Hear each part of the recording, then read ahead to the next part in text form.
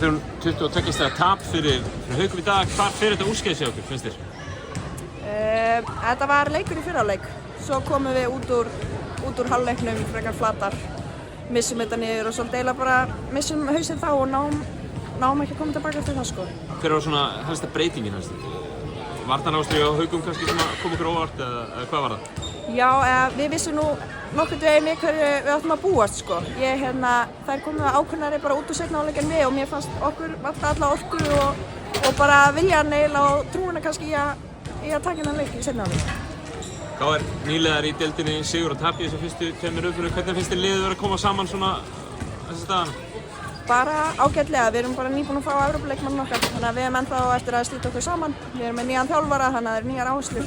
En ég er bara virkilega spennt fyrir framhaldinu og hef mikla trú á þessum hóp sko. Svona fyrir þig persónulega sem leikmann í þessu leiknum áttu Haukum upplagi og kannski svona í ofanálag þá er ekki litla systir sem er að vinna þennan leik hérna? Heldur betur. Hvernig? Það verður eitthvað, farið bara beint inn í herbergi í kvöld og svo kemur bara nýr dagur á morgun. Hvernig hafa síðustu dagar verið svona fram að þessu leik? Hefur verið mikið skítkast eða hvernig er þetta? Meira held ég hún hrædd hvernig ég bregðist við eftir leik sko. Það er svolítið svoleiðis. En nei, maður reynir að aðskilja hennar körfubolta og heimilislífið. Ándlega mætt hérna í kvöld á Meistaravelli. Já. Hvernig sérðu veturinn fyrir þér?